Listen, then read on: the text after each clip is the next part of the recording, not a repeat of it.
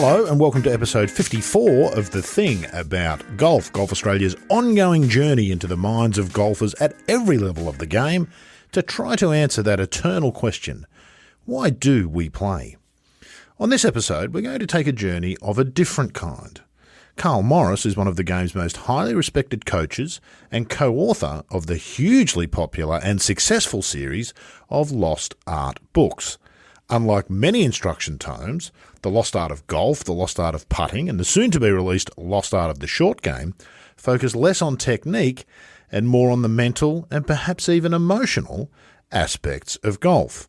Karl is a deep thinker and a genuine lover of the game, and like many, it is for him much, much more than just a job or a game.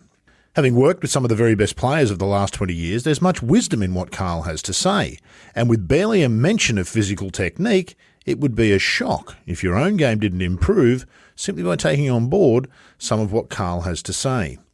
Early in the interview, Karl notes that, and I quote, "The rules of golf are to shoot the lowest score possible, but the purpose of golf is for everyone to decide for themselves."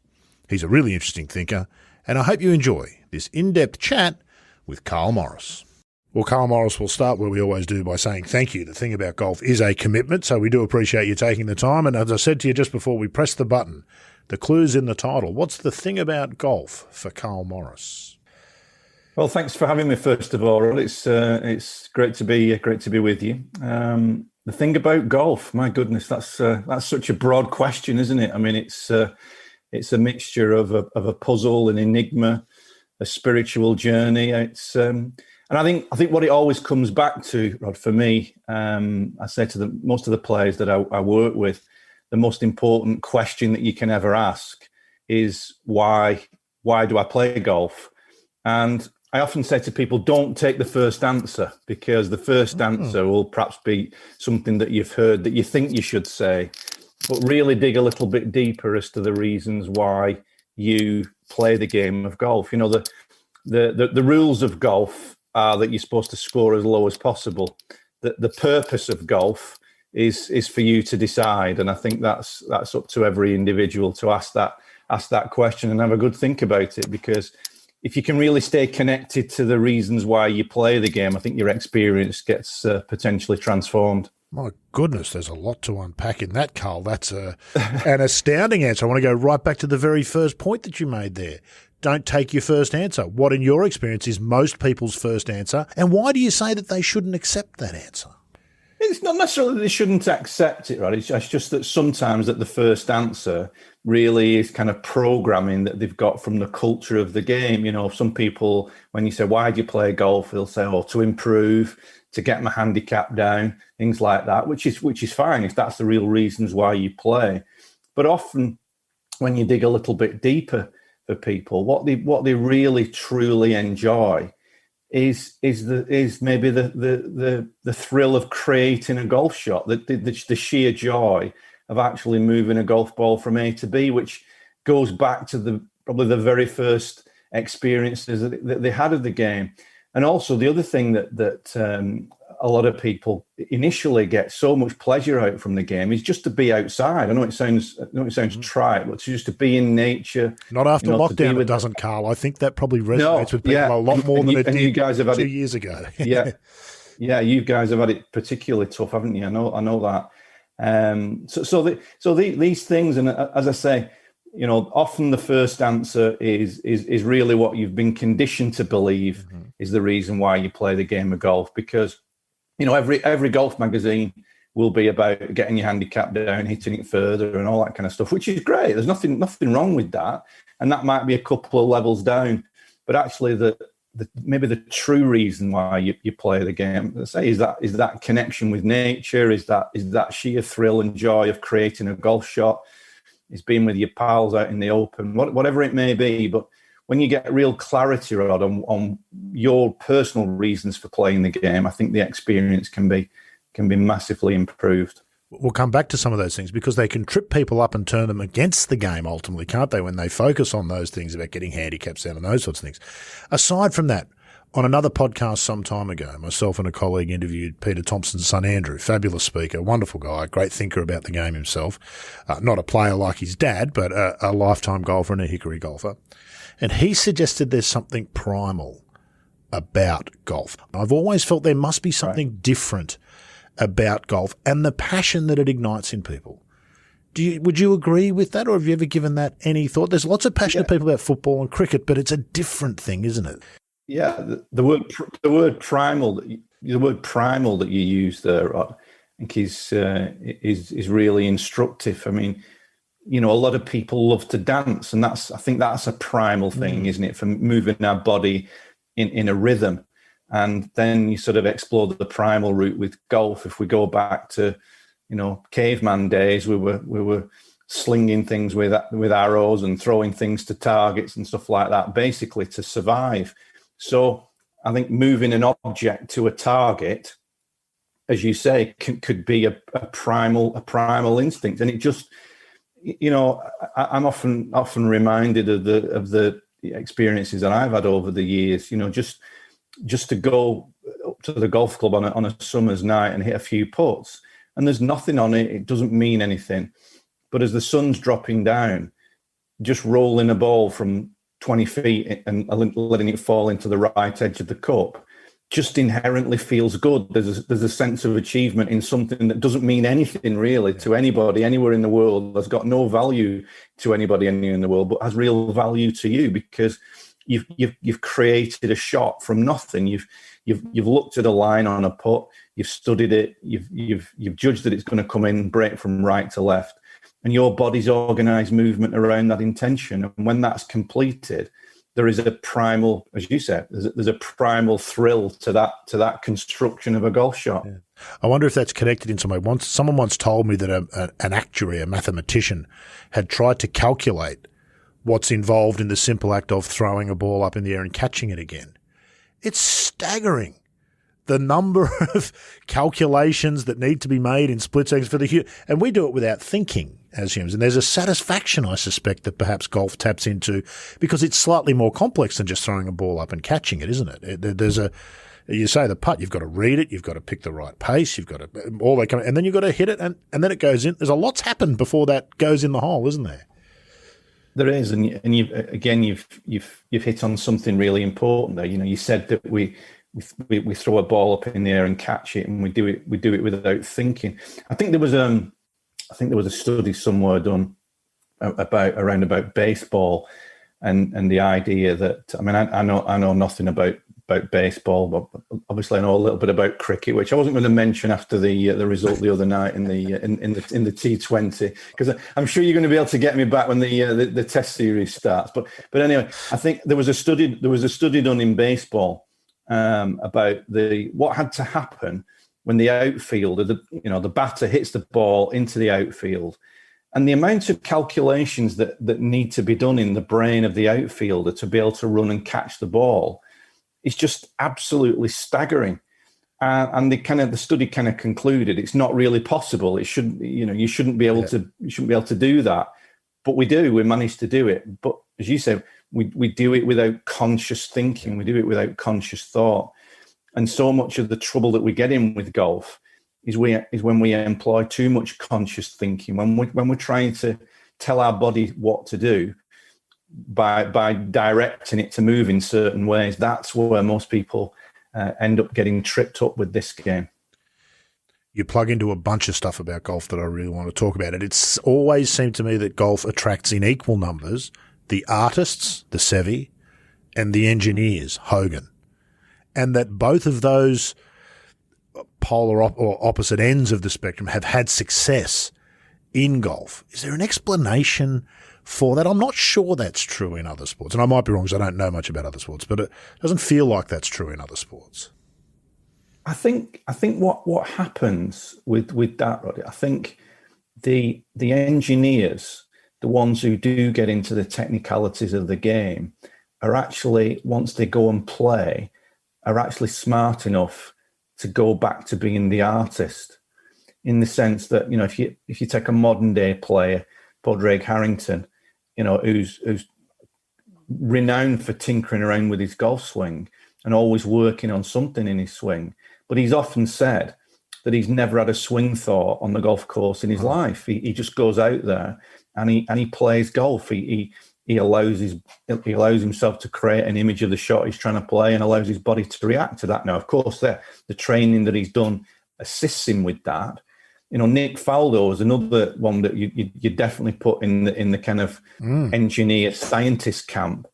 But more recently, I've seen so many things that Nick Faldo has done where he basically said that once he got out on the golf course, he would be very much into simple feels and very much into creating shots. I saw a workshop that he did, a clinic that he did.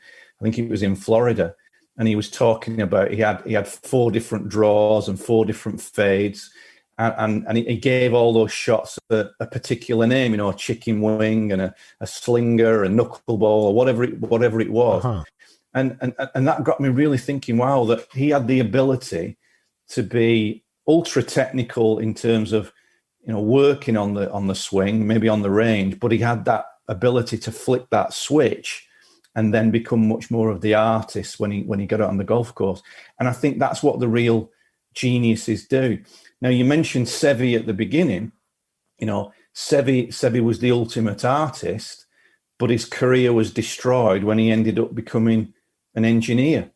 And he got so much information, and he got he had so many coaches that in the end, the only shots that Seve could play in the end, I know his body was going and he'd had injuries and things like that, but the only shots he could play in the end was when he was in trouble. Yeah. And he literally had to create a shot. He had to knock it, through some trees, or he had to bend it around a lake or whatever. There's that famous match he played in the Ryder Cup against Tom Lehman. Anybody else Lehman was at the top of his game, and he might even have been world number 1. And after 11, 12 holes, Seve was level, and anybody else in the world where Seve's ball had gone off the tee would have been, they'd have been already walking back to the clubhouse. They'd have lost sort of 10 and 8 kind of thing. And that was the only shots he could play was when he was in trouble, because he got so lost in the technicalities of the game and lost his artistry. Is there more of that? We're going to come to your series of books soon. It's The Lost Art of, and you've got Lost Art of Golf, Lost Art of Putting, and about to be released, or perhaps by the time this episode is released, the book will be out, The Lost Art of the Short Game.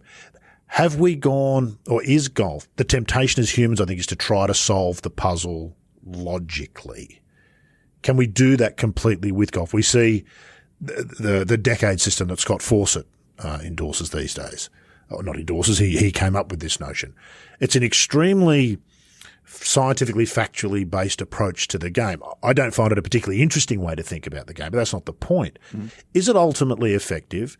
Can those systems and can that technical thinking, I'll go to 2 of the examples you give in The Lost Art of the Short Game, explain Tiger's chip on 16 at the Masters in 05 and Seve's bump and run between the bunkers, which still looks unfeasible every time you see it on YouTube. It was at Birkdale, I think, in 76. Yeah. Can that accounting system, can that logical thinking, can it explain those things, and can it help us achieve those things? I'd first of all say, and that's a huge question, right? And I would first of all say, if you use that kind of approach and that kind of thinking, and your game has improved and you've got better, I would say, well, whatever you do, don't stop doing that. But for me, so much logical analysis does dull the creativity that you've just described. Two of the greatest shots that's ever been played there. Tiger's shot on 16 in the Masters, and Seve's little pitch and run through the bunker at Birkdale in 76. And I don't think if you watch Tiger play that shot, I mean, everybody listening to this podcast, I think would do their game a huge favor by actually watching that shot that Seve played that Tiger played in the Masters on the 16th hole. DeMarco's on the bottom edge of the green. The commentator said, I think it was Curtis Strange, said, I don't think there's any way you can get this inside DeMarco's ball, which was about 30 feet away. But just watch Tiger go through his process before the shot, and you'll see some interesting things. You'll see his eyes are actually moving very slowly, and as his eyes move very slowly, I'm sure they're actually really creating a landing spot and the rollout of the golf ball into the hole. And then also, if you watch his lips, he almost seems to be verbalizing to himself what he's aiming to do. He's verbalizing the shot, so he's in a very, very creative, imaginative state, and I don't think he's trying to solve that puzzle by pure logic alone and pure analytical left brain thinking. His imagination is on fire, and then obviously he plays the shot, it lands perfectly, and it was the ultimate marketer's dream, wasn't it? As the crowd erupted, and that famous sort of clip where the ball just comes to a rest, almost the Nike logo shows up and then falls into the. They're not even in the business anymore, and it's still the most famous shot of a golf ball in the history of golf balls. Yeah, the most incredible piece of free advertising that's ever been had in the history of sports. Yes. So maybe that answers the question, maybe it doesn't, but I do think for a lot of people, the more into technical analysis that they go, my experience is that it kind of jams the system. And the more that they go down that route, the more they tie themselves up in knots. The creativity is dulled. As you say, it's not particularly pleasurable, I think, for a lot of people. It's not particularly enjoyable, but it does get in the way of that creative side of the brain that can play shots like Seve did through the bunker at Birkdale. Again, for people listening to this, have a look at that shot.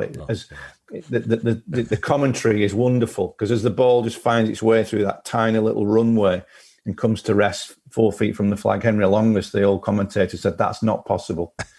And Seve had just created a moment of sheer magic from his imagination. Yeah. Seve talked about, didn't he, famously, letting the movies run in his head before picking the shot, that there would be multiple movies for any shot, and he would let them play until the one that made the most sense stood out, and then he'd get to work on creating that shot.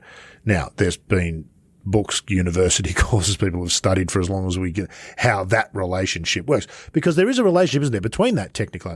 You can scientifically explain the club head speed, the dynamic lofted impact of Tiger's shot, where it landed, the spin on the ball, the effect of gravity with the pitch of the green. It can all be explained technically, should you choose to break it down. But that won't help you play that shot, will it? No. Well, it's a bit like a Formula One driver. There's an immense amount of complexity going on under the bonnet of the car, isn't there? And in a Formula One car, the technicalities that are behind the wheels and the engines and the fuel and all of that kind of stuff.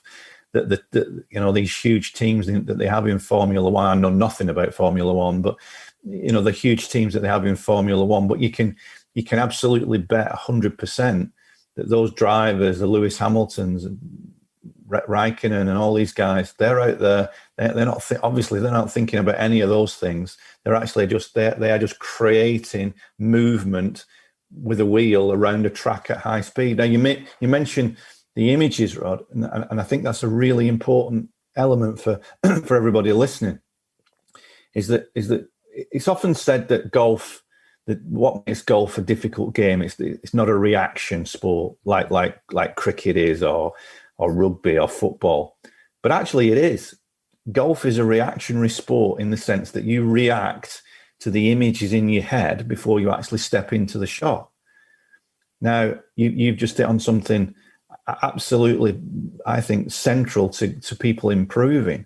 The images that you play in your head before you step into the shot are going to inform the movement that your body makes. Now, if you've got a very, very clear image of your intention, if the movie that you've picked is very conducive to the shot, I think it's amazing how the body can organize movement around that. Because even relatively high handicappers can experience this. You'll see a guy, stuck in the trees. He may be on, 18, 19, 20 handicap.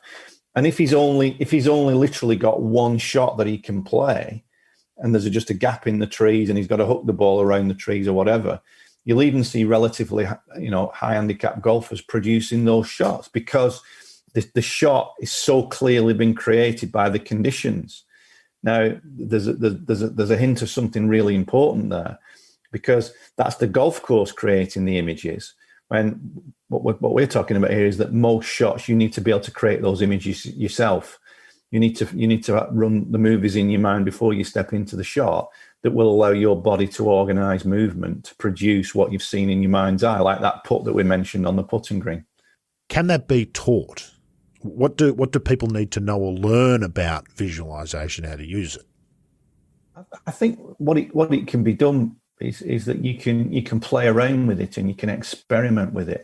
Now, I think visualization, the word actually can lead people down the wrong track, because visualization obviously suggests that you've got a really clear image in your mind. You've got a picture in your mind. Now, not everybody works that way. Over the years, I've heard so many golfers say, because I'll often say, "Tell me about the best golf that you've ever played," because we don't often ask that question. We'll usually say, "What's wrong with your game?" or "Why are you struggling, buddy?" But actually, I'm more interested in what do you do when you do it well.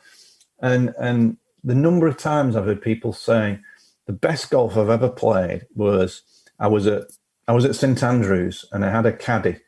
And what the caddy did on every hole was just say, right, you've got to hit it on that hotel on the right-hand side. You've got to hit it on that bunker and fade it off that bunker on the left-hand side of the fairway. So sometimes a verbal description can really be the key that unlocks the door for somebody. So I would suggest that for people to go out on the golf course and a chipping green or whatever and play around with this, experiment with it, just be childlike again. And ask yourself the question, what does a good shot look like here? And, you might answer it, your brain might come up with an image of the shot, but when you ask the question, what does a good shot look like here? You might actually just verbalize it. You might just say, well, it's just a pitch and run through that bunker on the right-hand side and it's going to feed out to the flag. And sometimes it's the verbal description that can actually, say, be the key that unlocks the door for you. You see it on tour all the time, don't you? The best players in the world, I think the ones who work really well with the caddy's asking them a question, what do you like here? Or what's the shot here? And the player is verbalizing that. Because verbal and visual together is a really powerful combination. Really powerful. How do people learn, Karl? You've been teaching, coaching, mentoring, helping people for, I don't know how many years. Tell me, it's decades. There are hundreds and possibly thousands of people over that time. What are the common traits that we share? What do we share? What do we get wrong? What do we get right? Just instinctively as humans. Yeah, I think just what we've been touching on, Rod. Really, I think we instinctively try and solve the game. We try and solve it as a linear puzzle, and it just isn't. The people love the idea of consistency, and when you ask a golfer, can you control your golf swing? They'll always say, well, I should be able to do. Well, then you say, well, which player in the history of the game actually eliminated bad shots? Mo Norman didn't. Ben Hogan didn't. They got close, but they didn't do it. Tiger Woods, even at his best, didn't eliminate bad shots. So actually, you can't 100% control your golf ball. You can't 100% control your golf swing. But actually, and here's the paradox, is the more that you try to control it, the more that you over control it and get too involved in the controlling of it, the more that you get in the way of the process. So it's kind of like the giving up some control to gain some control, really, that we're looking to explore. The freedom that you can. I just one of the things that I mentioned in the book in I think it was The Lost Art of Playing Golf was something I always remember doing years ago with a group of golfers. We were out in Portugal, and the group had been struggling a little bit, and we're on one of the. We shouldn't have done it really, but we were on one of the tees out on the far part of the course, and it was a bit slow that day. There was plenty of people on the golf course, and I had some practice balls with me. And these guys had been struggling because it was a tight golf course. And I said, let's just set a few balls free. And they looked at me and said, what do you mean? And I said, all right, let's just, you've been struggling with your game. Let's see if you can hit these shots and see if you can miss the C. So I just pegged it up, and they've got the C in front, and obviously you can't miss the C. It's a pretty wide canvas. And I'll never forget the shots that came out, the freedom, because all of a sudden they stopped trying to control it so much, and they just let the thing go, set the golf balls free, and the noise off the club face and the freedom in the movement. It was, I'll never forget that. It was, nothing changed with the players other than the perception of what they were trying to do. And it completely freed them up, and movement was organized that managed to just hit some beautiful golf shots. So there's a lot to unpack in what you say there as well about the childlike nature of just whacking balls into the sea and what that perhaps unlocks. But I was thinking while you were talking earlier about that whole concept of sort of giving up a bit of control to gain some control. Is it too deep, too hippie-ish to say there is some mirroring of life in that? No, I don't think it's too hippie-ish at all. It's my word, we're getting into some deep waters here. I love this. Yeah, because I do think there are some of us. One of the things I always like to think is, there's two types of people in the world. There are golfers and there are non-golfers. Not all people who play golf are golfers, and not all people who don't play golf are non-golfers. There's something more about golf, I think, and I think some of us are very lucky to discover it because we can ruminate on these things and enjoy chewing on them. But I do think that some would look from outside and go, what are you, some kind of crazy hippie? It's just a game. But is there something in that, what you said? No, I think you're absolutely right that if you broaden it out to life itself, trying to over control life, the flow of life, does get in a lot of people's way. I think you could look at a million different areas of life, whether it be relationships or business or whatever it is. If you look at business, if you look at sales, I think the greatest salesmen and women are actually not that bothered about the outcome, because what they are very good at is just getting into the process that enables a sale. They're very good at face-to-face communication. They're very good at rapport building. They're very good at engaging people. And often the best salespeople don't really sell anything as such. It's not an overt sell. It's just a flow of energy between two people that culminates in a sale. And I think, the people who probably struggle are the ones who are so stressed about their targets, and they're so hung up about, I've got to close these deals. And obviously the pressures of life are out there. I would be the first to sort of say that can be tough for a lot of people, especially at the moment. But yeah, in answer to that question, there's strong parallels with trying to over control your life and trying to over control your golf ball are one in the same thing. Trying to control people around you and trying to get people to do certain things that you believe is the right way for them, but actually the more you try and do that, the more that it actually halts the process. So creating that, as you say, they're not selling, people are buying. They're creating the conditions to allow people to buy, and then people do buy. It's interesting, that notion of being in the process brings us to the nub of, why do we play golf? I imagine there's a million different answers, but there must be a common theme to a lot of people, I'd imagine. Frank Thomas, who used to be with the USGA, once told me, I thought it was a brilliant description. The key to golf remaining fun is that the level of challenge has to be right. And his idea was take a piece of paper, screw it up, hold it over a waste paper basket and drop it. There's no challenge in that. There's no fun. Move the basket away from you in increments of 2 feet, and you'll eventually get to a point where it's impossible and it won't hold your interest. But there'll be an area in between where grown men can sit all afternoon trying to throw the piece of screwed up paper into the basket, and it will hold their attention because the balance is just right. Is the balance in golf still right today? Again, I think that's a great point, and I think it's very important that we encourage the game where you're matching the ability levels with the perceived difficulty levels. there's is it the Yerkes-Dodson inverted curve of task and stress, and if there's a certain amount of stress, it's enjoyable and engaging, but when you create too much stress, it becomes destructive and detrimental, and that's why. The great beauty of this game is that you can put somebody on the forward tees. You can get a high handicap, probably more so now than ever with the world handicapping system. But I think it's very, very important that players are able to sort of match their ability levels with the test that they give themselves. I often think. Some of the places people play golf, some of the really toughest golf courses in the world, and they go out there and they're off 24 handicap, and they're going to lose 18 golf balls. Is that really great fun? If it is great, I'm not so sure for a lot of people that is, where the mismatch between the challenge and the ability is too great. We've probably got a bit off the topic. I want to bring you to some of the particularly the lost art of the short game, because I think it's an area of the game where even high handicappers can get much better simply by thinking better. That's probably true of the whole game. Actually, I remember Craig Parry once told me if he caddied for an 18 handicapper for one round, he could save them 10 shots. But just by telling them how a professional thinks without increasing their own ability at all. I really wanted to test that in the magazine, and we never got the opportunity. I think that'd be a fabulous segment for a magazine. Probably not far off, though, to be honest, Rob. He wasn't joking. He said, oh, absolutely. No question I could. I found that an intriguing sort of notion, because we always think the high-handed, the duffed shots and the thins and the fans, no idea where the ball's going or going to end up next.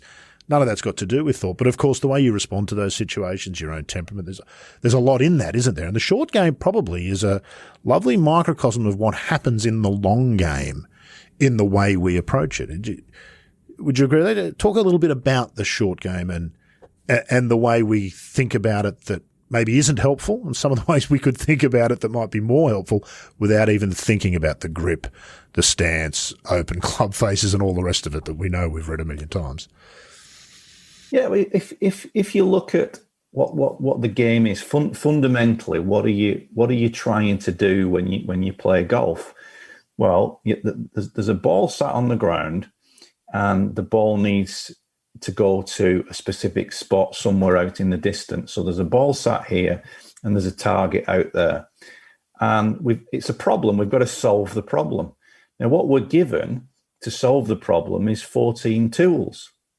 When you're on the green, the best tool to move a ball on the green, because we want the ball to go along the ground, is obviously a putter. Nobody with any, I'm going to say nobody with any sense would stand on a green with a wedge trying to chip it in, but there's probably some people that even tried that if they've been struggling with the putting. But the tool on the putting green is the putter, because it makes the ball stay along the ground. It rolls the ball on the ground. There's a small amount of loft to get it going, and then the ball goes end over end. So people are very clear with a putter. Even crazy golf and adventure golf, you can get somebody literally off the street, and you put a putter in the hand, and they've kind of got an idea how it works. They've got an implement in the hand. They know the ball's supposed to roll along the floor, and they might not look particularly efficient, but they'll get the job done. You don't need coaching to go and play crazy golf. No. You just get out there and you play it, because there's an understanding of what the implement in your hand is meant to do. It's meant to roll the ball along the floor.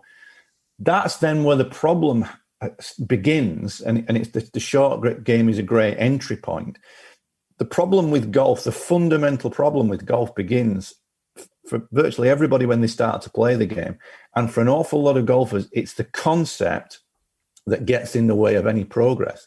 Is that now when you're away from the green, we now know that the ball's got to go up in the air, because we want the ball to go up in the air, and we want it to land on a certain spot and then run out.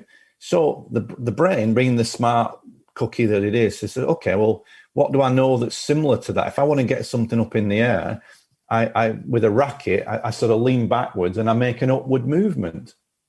So what we bring to golf without a clear understanding is the concept that we're trying to lift the ball. You look at every beginning golfer until they've had some instruction, they're stood there with the weight on the back foot, and the hands are flicking and scooping and trying to get the ball up in the air. And if they tee the ball high enough, they get away with it. And that kind of action can manifest itself and stay in the golf swing to some degree for an awful long time. Only when you begin to understand that actually what we're trying to do is get the golf club to brush the ground, and because the club has a slope on it, it's called loft, and the ball and the club the club compresses the ball and makes it jump up in the air. Now, how does that sort of work its way into your short game? Well, when you get into your wedges, and we understand what the wedges are meant to do and how bounce works, when you can get people to really understand the golf club.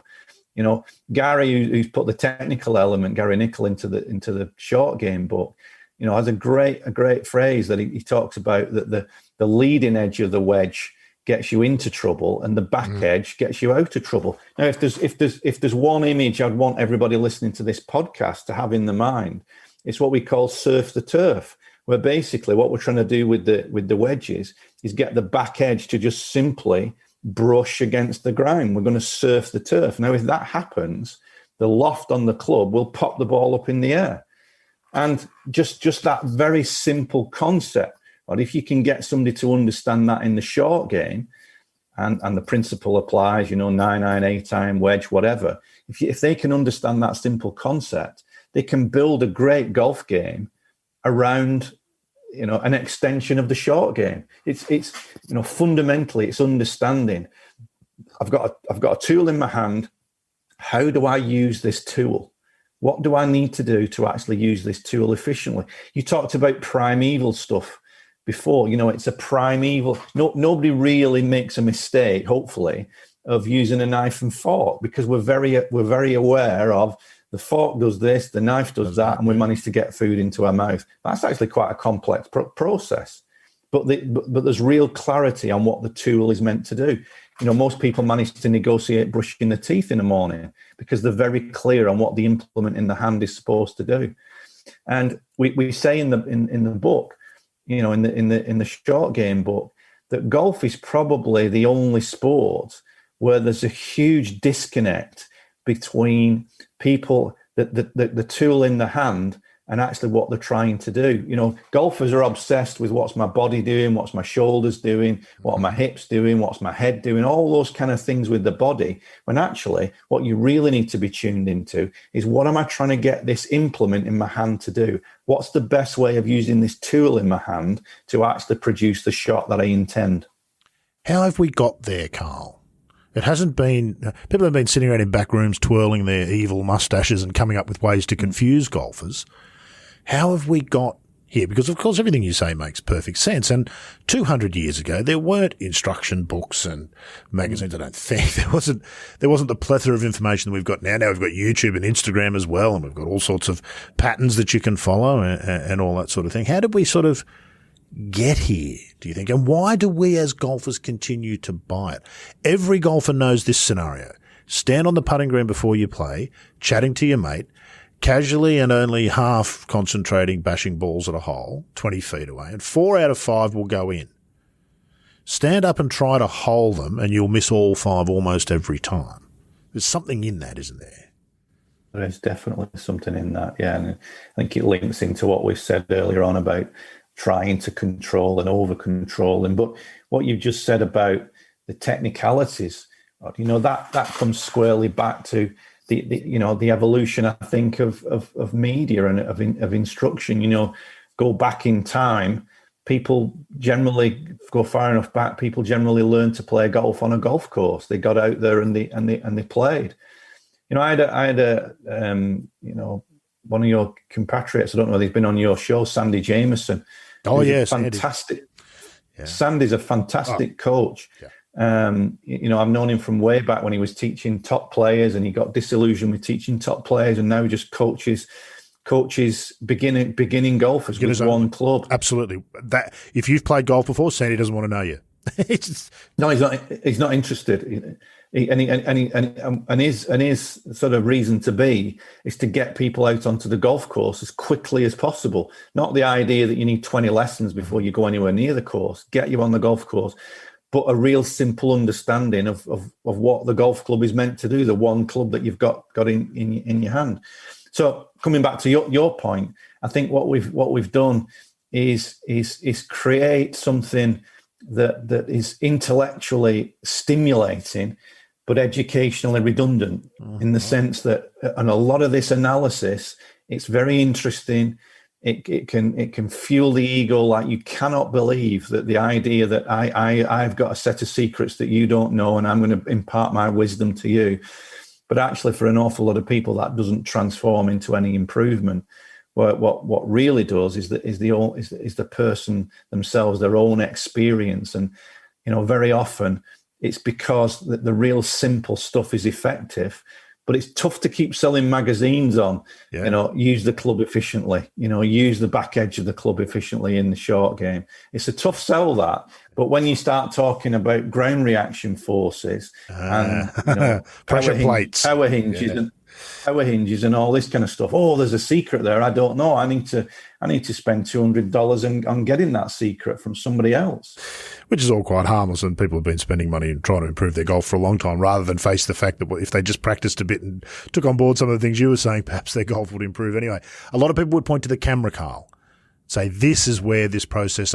Once people could see the golf swing from outside, because feel versus real is an ongoing discussion in golf. Once you could see it from outside, and then the video camera comes along, and now TrackMan and all those sorts of technologies, they're all dots on a linear progressive theme, aren't they? That just gives you more. So with cameras, we get position golf. Here's Bobby Jones. This is the club. This is where the position his club is in. Is at this point. This is the position you need to try to get the club in, rather than you need to try and hit the ball over there. They're two different things, aren't they? Completely, yeah. And I mean, what you do when you video a golf swing and you isolate a single position, you're breaking down a flow of motion. Now, the golf club ends up in positions in the swing as a result of a flow of motion. When you try and isolate those positions, again, to repeat something we've said all morning, Rod, I think we get in the way of that process. You mentioned video. Video was supposed to be the great answer, wasn't it? Once we could see our golf swings, we could fix them. Well, I'd ask people who are listening to the podcast, how did that work out? Because most people go from, I've lost count of the number of stories in the pre-video age. People who said, I'd never seen my golf swing on video. And I played off 2 handicap, and as soon as I saw it, I hated it. I realized how bad, in quotes, the swing was. Yeah. I could never play again. Susie Mayers, another great coach that I know really well, has talked about that. She'd never had a lesson in her life and played on the PGA Tour, the LPGA Tour. And then eventually had a lesson where there was a video involved, and it virtually, it ruined her playing career. I'm not saying video shouldn't be used. I mean, anybody listening to this who's a pro, don't sort of crash the car. I'm not saying that, but it needs to be used. It needs to be used very, very mindfully and sparingly. What I would say, doffing the cap to modern day technology, I do think launch monitors are incredibly beneficial. They've skipped that step, haven't they? They haven't done the position thing, have they, Karl? They've said, this is what's happening at the moment of truth. The only thing that the launch monitor does is give you the truth of the moment of truth. When club and ball collide with each other, it tells you exactly what you're doing. And you can then work with the coach on influencing that vital part of the golf swing, the only part that really matters. You can use it. Whereas video tends to lend itself to opinion. You'll see the swing and somebody says, oh, you're too flat, you're too upright, you're too this, you're too that. A video is very opinion based, whereas launch monitors are very factual, very fact based. And you can work with the truth. You can work with the truth. And again, what's the best way of influencing impact is having an awareness of what the club in your hand is supposed to do, what the tool in your hand is supposed to do. It's almost a move back to old school, isn't it? The great golf coaches of the past watched the ball flight. They listened to the sound and they watched the flight of the ball, only because they didn't have the implement that would do all the measuring at that point of impact. But that's what they were doing, weren't they? They were figuring out what was going on at the point of impact and then having the player change something previously to change what's happening at the point of impact. Because the interesting thing about TrackMan, I think, is that if you give 10 different people a TrackMan and just tell them to go away with a series of clubs and balls, they'll come back with 10 different golf swings and probably 10 quite good ones, quite possibly, because the TrackMan will tell them that didn't work. They'll try something else that did. So that it's not trying to get the club here. It's, yeah. 100%. You're focusing your attention on something that will absolutely influence your improvement or not as a golfer. Yeah. You could see on video that your elbow's flying, and you could work for 12 months on tucking that elbow in on the backswing and downswing. It may help your impact factors. Probably it won't. But if you go straight to the source and you sort of say, well, right, okay, what's happening at impact? You focus on impact. I mean, Gary would say this, co-author, a number of times he's had people just working on some impact factors, and hey presto, they actually end up in a better backswing position because the brain works out that to get the club moving better through impact, it would make sense to move the club from here rather than from here. So, it's kind of like going directly to the source of the problem rather than sort of 10 streets away trying to solve the issue. You get into the scene of the crime. Cart before the horse sort of idea in some ways, isn't it? The tools don't change. Just if you put them in the wrong order, it's very hard to get the right answer with what you're looking for. Do we take the game too seriously, Karl? I often wonder this. Yeah, I think, it's become more apparent for me, Rod, as we've written the books, that the concept of time is so important. There was a chap called Richard Bandler who invented a therapy called NLP way back in the 70s. I've heard. And one of the things that Bandler said always, or more recently, because of various things, has had a big resonance for me. And he said that perhaps the greatest delusion that human beings have is that they think they're eternal. They think that there's always going to be another round to play. They always think there's going to be another season, another year, another opportunity.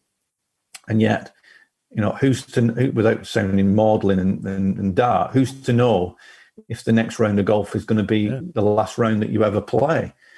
And I think, when we get our head around that, if you actually were going out on a golf course, and God forbid you knew it was the last round that you would ever play, I think your approach to that day would be very different than your current experience. I think you would probably really savor the people that you were with. You would really engage in conversation. You'd really engage in the beauty around you and the surroundings. And I know this sounds a bit soft and fluffy, but the thing that I've found more and more over the past number of years is when people are in a state of gratitude for the game, when they're in a state of appreciation for the game, they're actually creating the very best conditions to allow themselves to play well. It's this, again, it's reverse engineering. It's the paradox of, I call it going first, because the big illusion, and about taking it seriously, is that the real seriousness comes from, I'll be happy if I can produce a low score. I'll be happy if I hit good shots. I'll be happy if I get my handicap down. I'll be happy if I can get onto a particular tour. Well, actually, if there's one thing after 30 years of coaching that I know for certain, is that you won't be. You won't be happy when you get those things, if that's the way that you think. By going first is saying, do you know what? I'm going to really appreciate the fact that I get the chance to play golf today.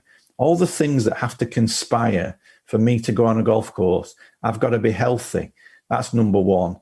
The golf course, the work that's gone into it, the people I'm playing with, all of those things have to happen for me to go and hit some golf balls today. And the more that you're in that state of mind, I think the more conducive it is to freedom of motion, is to creativity, all of the things that we've talked about. I've spoken with a lot of ex-sportsmen and women over the years, cricketers and footballers, virtually to a man and a woman. They all sort of say, I would love to just be able to pull the pads on again. I'd love to go out on the field and just play the game. They don't necessarily miss sort of buzz of competition. Not everybody, but I think most of them miss the actual playing of the game. And the opportunity to play the game, it's a fleeting moment in time for us all. And I think the more we tap into appreciation and gratitude, that the more the experience. Going back to the first question that we talked about, why do I play the game? When you can tap into those things, I think you're getting really close to the source of some potential magic. The truth of golf is that it's a jaw-dropping luxury, isn't it? Yes. The space and the resources that it uses, and we see this. There's pressure on courses in urban areas, in particular worldwide. People are starting to look from outside the game and saying, hang on a minute, how come you've got all of that space for just the few of you to use? Now, there's a lot of straw man arguments, and I'm a campaigner for public golf. I think golf's more important than people realise, as is. It's no more or less important than any other sport that we support, but it has a bad image. But golfers, I don't think. We've developed a sense of entitlement in golf, and I think you see that at every level of the game, from the local club member to the PGA Tour professional, the sense of entitlement of what you should expect in perfect bunkers and amazing conditioned golfers, none of which actually really adds to the experience ultimately of what golf could and should be. You would be familiar with Mike Clayton. Yes. Touring professional for 25 odd years, which is an extraordinary thing to do. To make a living playing golf for the best part of 3 decades is quite amazing. And I didn't realise how amazing till I one day played with him, and you just gobsmacked. It's like you've never seen anything like it. You suddenly realise how good those guys are. He often gets into trouble for saying it, and I've gotten into trouble for saying it too, that we would all benefit from playing less with the scorecard in the pocket and more for the joy of the shots. Yes. Just playing the shots. Talk about that a little bit. Can that reconnect people? I think most of us start from a position of joy. You hit that first shot out of the middle and the feeling is amazing. You hit that first chip shot that lands and does what you expected, but like the putt and finishes near the hole and the satisfaction's amazing. Somehow we play through that to a point of, how many golfers do you know who spend most of their time miserable about the game? I've been guilty of it myself. How do we get that joy back? Because ultimately, it's such an important point, this, Rod. I mean, we could do a whole podcast on this. I think this very subject, because what you said there is 100% correct. Every one of us got hooked on this game because we had an experience in the present moment. By that I mean that we were taken out onto the pitch and putt, or we were taken out onto the range or whatever, and some time in the early part of our golfing experience, we moved our body, we used a tool in our hand, and we connected with the golf ball, and that made us feel good. It resonated through our body like a tuning fork. Something inside felt really good, physically as well as otherwise, isn't it? There's a physical sensation that there's a literal visceral, physical sensation of, you've found the middle of the club you've hit the middle of the ball with the middle of the club, and away it's gone. So you've been immersed in a very current experience. You've been that golf shot absolutely grounded you in the present moment. That happened right there and then. Now, if we look at the progression from that, is what happens to a lot of golfers is that they love the game, they take up for the game in search of that feeling. They love that visceral sensation of moving the body, producing golf shots. And what happens? Well, they play and they get better, they improve. And as they improve, people start to say, oh, look at that guy, Rod, there. He can really play. His handicap's come tumbling down. How good is that? And what starts to happen, then the ego starts to get strokes. It starts to feel good about what other people think about your golf, what other people think about your game. And we then get drawn into Pandora's box, where very slowly but surely we end up playing what I call this for that. And what that means is that this round of golf is for that I think the future is going to bring to me. So this round of golf today is all about that handicap reduction. This round of golf today is all about that check I'm going to win on the tour. This round of golf is all about that major. So now we're not in the experience anymore. We're not in the experience of playing the shots. We're actually in the experience of what our perception of the future is going to bring for us. And that's the trap that we fall. And that's when it can become a miserable experience, because you've lost that connection with this shot in this moment. I know that's a cliche, but you've lost connection with the reason why you got into the game in the first place. And now it's all about a perceived future that you think is going to make you happy.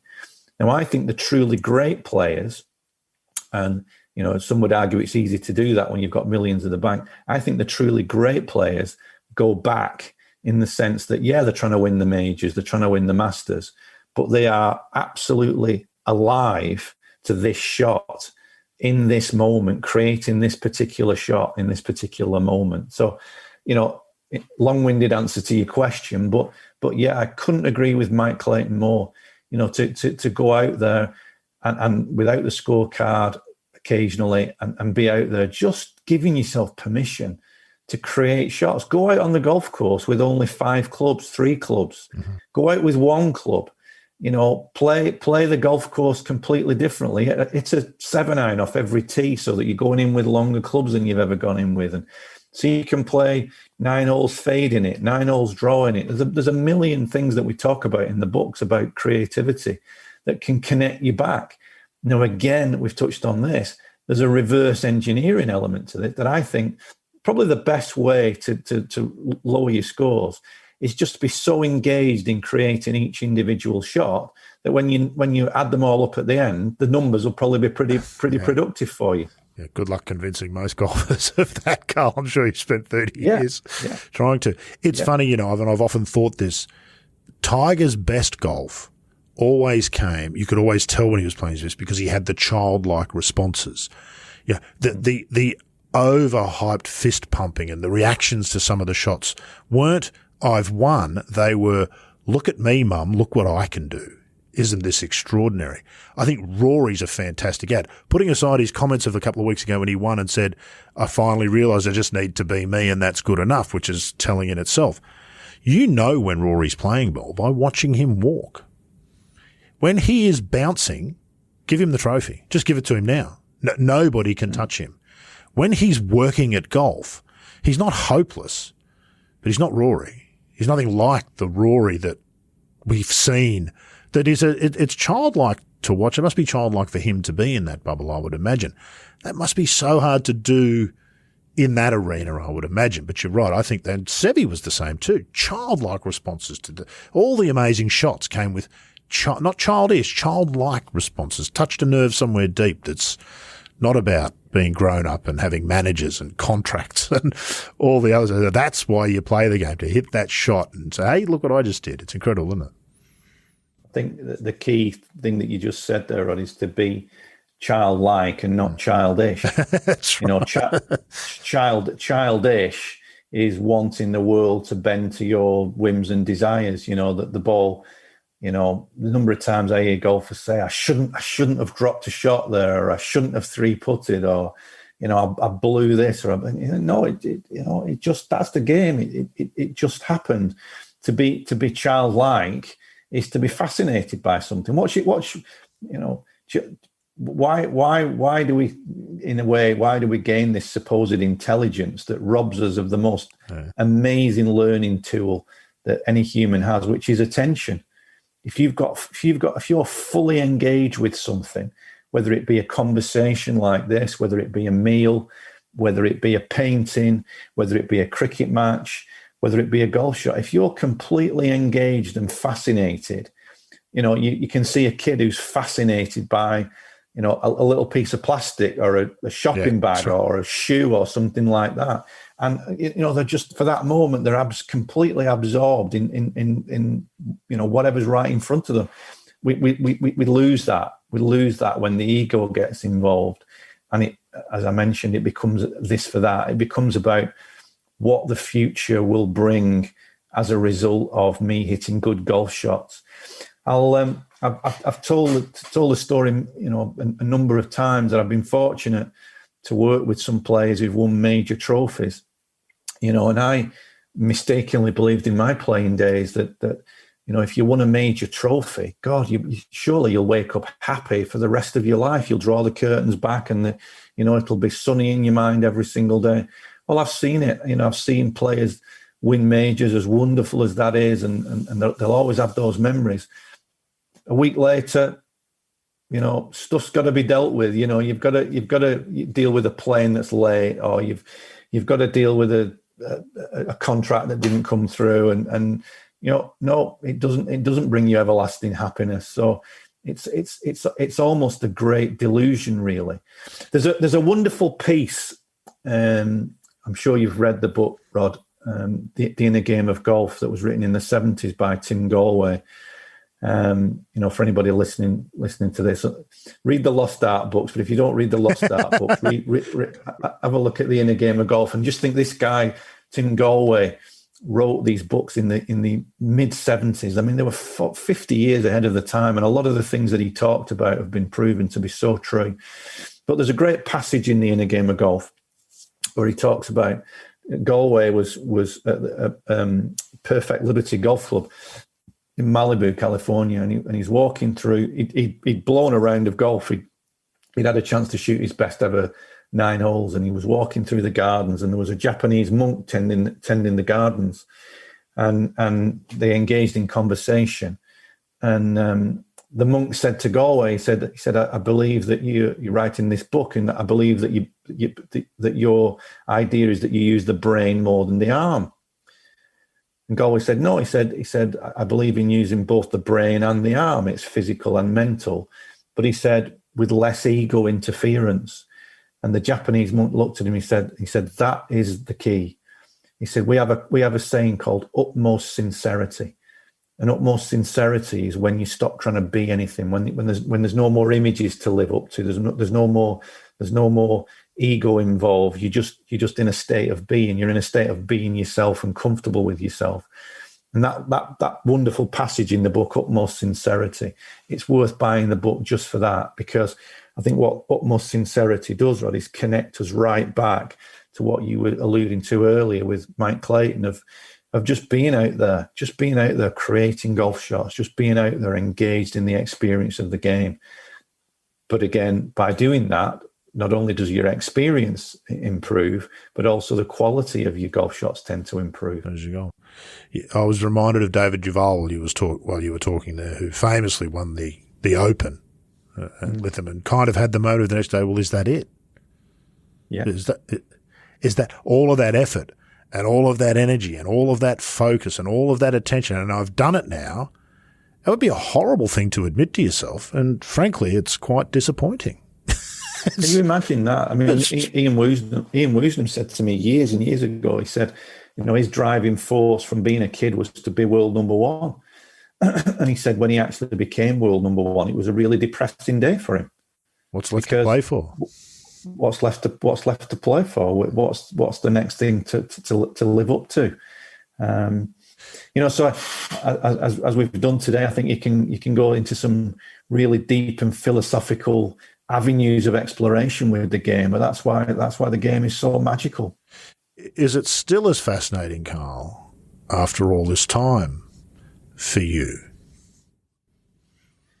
It is probably more fascinating than ever, Rod. I mean, it's I think there's some of the things that we alluded to earlier on, about gratitude and appreciation. There's been some challenges for myself. My mother passed away a couple of years ago. I've had some health challenges myself recently, culminating in heart surgery out of the blue. And my goodness, when you go through those experiences, you shouldn't take those experiences to really make you think about, the meaning of life, I suppose, and the meaning of the game. But it's an endless fascination, and I think what we don't appreciate enough is things like this is a conversation with a like-minded soul who's prepared to have a conversation a bit deeper than what'd you shoot on the first team. Yeah, what do you shoot? What have you got your handicap down? What clubs have you got in your bag? And Titleist 4. That's the whole conversation for some people around the golf, isn't it? I'm using a Titleist 4. Yeah. It's not the case for everybody, is it, Carl? You would have met extremely good players for whom golf is just a perfunctory matter. They're good at it. They can make a living doing it, and they don't think about it anymore, do they? And their real passions are elsewhere, fishing and real estate, whatever it might be. I'm always fascinated by that, but how you could – there are so many of us who spend all of our lives never getting any better than double digits, despite devoting enormous chunks of time and energy, possibly misplaced, whatever it might be. Maybe some of us just aren't capable of getting any better, and some just pick it up and can do it and have no appreciation for that. I'm always fascinated by that. In some ways, I'd like to be like that. It would be easier, wouldn't it? I don't think I would like to be like that. You're absolutely right. And I've known some players on the PGA Tour, the European Tour, who have made millions. They're just good at the game. They find a way of getting the ball around the golf course, but they don't really enjoy it. They don't really enjoy the experience, and they give up the game and they go, as you said, they go into real estate or they go into other areas or whatever. When ultimately when we get to the point where we're on our deathbed looking backwards, if there's $20 million in the bank, but it's really been an unfulfilling experience to get to that point, would you have a smile on your face? I don't know. These are things for every individual to consider and mull over. But is part of the joy of it, if you're a double digit and you've never got lower than that, the engagement with the struggle, trying to master a game that you've never mastered, being okay with the unpredictability of it all. But I think I'm reminded of and this is really waxical in a waxing lyrical in a philosophical way. I'm reminded of a story that it was told by Winston Churchill's daughter, and she said towards the end of his life, I think he was on the Isle of Wight in a care home, and what she used to do every day, apparently she would wheel him out in the garden, the beautiful gardens overlook the sea. And the sea, for obvious reasons, and the Isle of Wight, the English Channel, had very special, evocative memories for Winston Churchill. And what she noticed every day, she said she would wheel him down there, and he would sort of close his eyes, and more often than not, she'd actually see tears rolling down his cheeks. And she asked him one day, she said, "Dad, what's going on when I take you to this, look at the sea, and you close your eyes and you start to cry?" And he said, "Don't worry." He said, "Those are tears of joy." He said, "I'm just looking back on a wonderful life." Wow. That would be, but that we should all have that experience at the end of it all. The bath chair moment at the end. I mean, that's, a life well lived, isn't it? Yeah, indeed. Why the lost art of, Carl? The title's interesting. It tells us something, doesn't it? Why the lost art? Because of we've touched on it today, Rod. The overemphasis of what's the opposite of art? I suppose it's not opposite, but the other end of the scale is science. We've become very information driven, very analysis driven, very technical, very scientific, and all of that has its place. But I think it's been at the expense of the art of the game. So that somewhere along the line, the artists, the Sevis, the Trevinos, the real genuine artists have got lost somewhere along the line. And, we're not saying science isn't valuable. We've alluded to science today, with the TrackMan and things like that, with the launch monitors, very valuable. But don't go so far that you lose the art of the game, the creativity element of the game. That's what we feel has been lost, is basically an overemphasis on science. Dare I say it out loud, Carl, because we're both in it.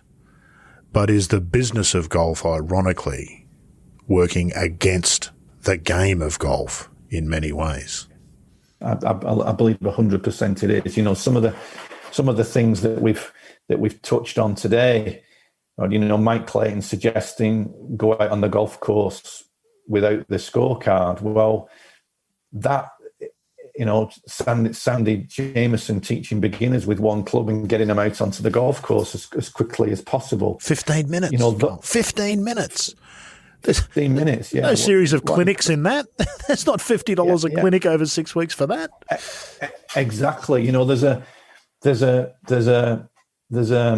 economic cost, if you like, to connecting back to the art of the game. There's an economic conundrum, and that I'm fully aware of. You know, that the economic model of golf, in terms of instruction, is the current model pretty much practiced across the world, with notable exceptions, is a kind of McDonald's approach of there's a mat on it. There's a mat in an environment that bears no resemblance whatsoever to the conditions that you play the game in. But on that mat, or mats, you can get a number of people, and so you can feed people through in a kind of like battery hen situation where they come to the mat, hit balls for a period of time. There's a charge for that, and then the next one comes along, or there's a group of players or whatever. You know, and I'm not saying that's wrong. I'm fully aware of the, you know, the economics and the requirement for people's jobs and livelihoods and all the rest of it. But if we're really looking very deeply at this, at the heart and soul and the spirit of the game, is that the most conducive thing to real fulfillment and enjoyment? Maybe it is, maybe it isn't. But there is a huge economic problem with connecting more people to the spirit of the game. Science sells, theories sell, equipment, gadgets that people strap on their bodies. That, you know, if you read any kind of motor learning research, strapping gadgets onto your body, trying to put your body into various positions and hoping that that'll come with you onto the golf course is a flight of fantasy at the best. But these are all economics, you know, that, you know, we look at the commercials. I've got the secret. This is something that you don't know, that if you do this particular move in your swing, you will just be the most consistent golfer all the time. And we still fall for it. Of course we do. You know, I still look at that. I still look at stuff like that where you've got somebody saying, I've got the secret. I've got the secret. I'll tell you in a minute. I've got the secret. I'll tell you in a minute. I've got the secret. And I watched the thing the whole way through, and I think, Jesus, even though I know a lot of this stuff, I think I've been drawn in again because it's so seductive to the ego and to the intellect. How does this 65-year-old man with a twice broken back and 2 missing legs hit it 350 every time he tees it up? Watch on and you'll find out. It's like, okay, I'm all in. I need to see this. He never misses a shot, you know, and you see that you know, the infomercial there, and he's virtually saying that, you know, this particular move in my golf swing, not only has it improved my golf, but, you know, I'm better in bed. That's right. Food tastes better. My body shape's improved. Yeah. I've got a younger wife. The whole thing. I mean, it's just as if that would by default be a better thing, Kyle. Not that you're suggesting that having a younger wife is something. Not in the slightest. Because my wife's in the background there. So. Exactly. But yeah, it's genius marketing, Rod. It's absolutely genius marketing. But it's very surface. And as I said, there's a passage in one of Fred Shoemaker's books. Fred's been a big influence on me, you know, the Extraordinary Golf, and wonderful man. He'd be a great guest on your podcast if you've not already had him. But, you know, Fred talks about can we have genuine conversations? Can we go out on the golf course and have some genuine conversations that really mean something? You know, beyond the surface stuff, and I think in a way, you know, back to Mike Clayton and go out without the scorecard. I think that environment potentially presents an opportunity for real deep conversations like we've hopefully had today. When you're in the structure of on the tee, it's Rod 9:15, hit your ball. Next player, hit the ball, and nobody speaks to each other really for 5 hours. Did you just say good shot, well done? Yeah, tough luck, but you didn't deserve that 3-putt, you know, all that kind of surface stuff that really doesn't go anywhere. Small talk, isn't it? Could the golf industry, or what we're saying here to go really hippie, Carl, could the golf industry take a leaf out of the book we were talking about earlier, give up a bit of control to gain control? What we're churning out in some ways under the model that you're talking about is lots of people who have played and experienced golf, some of whom will stay with it. What you're not really helping to create is golfers. And ultimately, the business of golf relies on golfers, not people who play golf. That sounds ridiculous, I know, but do you know what I'm saying there? Absolutely, yeah. It's kind of a more difficult but far more rewarding way of creating lots of genuine golfers who are absolutely passionate about the game, who love the game, who want to be out there, who will stay engaged with the game. I mean, my concern, I'm sure it's been the same in Australia as it's been here in the UK, is that golf has had the most unbelievable, considering it was in a lot of places, it was, and Sandy Jameson talked about this on my podcast, considering that the game really was on life support before the pandemic. Yeah, very much. The participation was down everywhere. Clubs were struggling. Clubs that 20 years ago that you would never have dreamt that you could get into these golf clubs unless, you kind of knew the Pope sort of thing, that you would never get anywhere near these clubs. We're open. Waiting lists had pretty much disappeared. Joining fees had pretty much disappeared. The game was if it wasn't dead, it was in intensive care.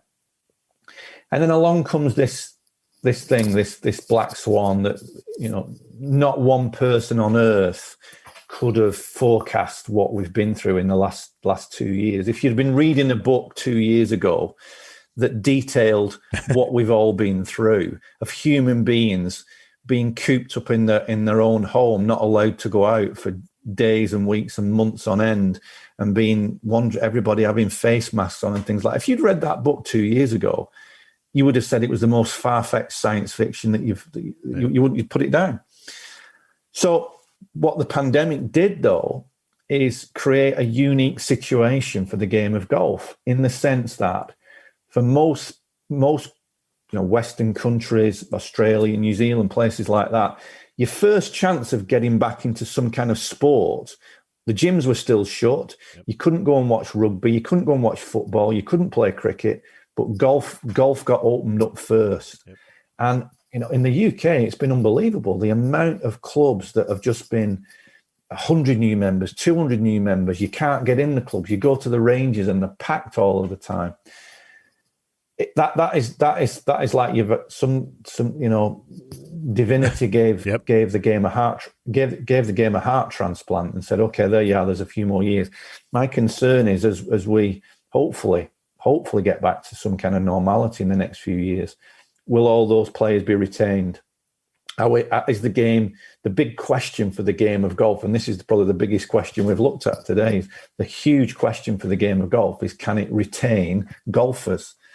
Because as we get back to normality, and you can go and watch cricket, you can go and watch football, you can go to the pub, you can go and have a meal, you can do all of those things, you can be in the gym. As all those other things compete for our attention, will the game of golf, as it's currently presented, will it hold people's attention? It will if they're golfers, Karl. If you've created golfers, it will. If you've serviced people who play golf, perhaps not. Exactly. That situation with golf pre-COVID, in very cold business terms, was simply a rationalisation, wasn't it? Golf as a business was failing its customer base and therefore was shrinking. It was no longer fulfilling the roles required of it. I think you're right. I think most of us in the game are concerned that what's happened is the COVID bump, let's call it, has made a lot of people take a sigh of relief and go, we don't need to change. And a lot of work that was starting to happen for the better of the game has now stopped again. We're back in a position where we can afford to. Golf got lost, I think, with exclusion. It went from being a game of inclusion in Scotland and at its roots, and in most places here in Australia, I'm certain in a lot of places in the UK, to a game of exclusion. This notion that you can't get in here. This place is special. There's an Augusta syndrome about that. Augusta's special. The only way to guarantee to never become a member at Augusta National is ask how to do so. We sort of revere this notion. It's quite horrible, and it's damaging to them. It's no surprise that people who love golf are passionate about it. It's no surprise that people who hate the game are equally passionate about hating it, because we show a face to the non-golf public that is frankly offensive much of the time. particularly if you don't understand golf. And I wonder, I don't know if enough people in golf got enough of a fright pre-pandemic to take the opportunity of the pandemic and take that second chance that the game's being given. It is under pressure in so many places. There's inner city courses in Scotland being closed. Scotland, the home of the game. And municipal courses closed all over the UK. I mean, in Glasgow, I think pre-pandemic, I think there was 4 public municipal golf courses that are closed at the home of golf. You know, the participation levels in Scotland were just falling through the floor. Right. No kids were playing. Kids would ridicule the game. It was just something, you know, as you say, it was in a way divisive. It was exclusive. It was all of those words that, you know, if you go back to maybe the 70s and the 80s, a different kind of political era, that you know, there was a lot of exclusion in a lot of places. There wasn't the diversity that there is now, and the focus on diversity and inclusion now that there is in society now. So the old model of golf just doesn't fit that at all. It doesn't, you know, exclusivity, you know, barriers to entry just does not fit with the more modern world and the current generations that we've got. And as you say, Rod, you know, what do humans do more than anything else? They revert back to type. So we've been given this life support machine, and the patient's up off the table.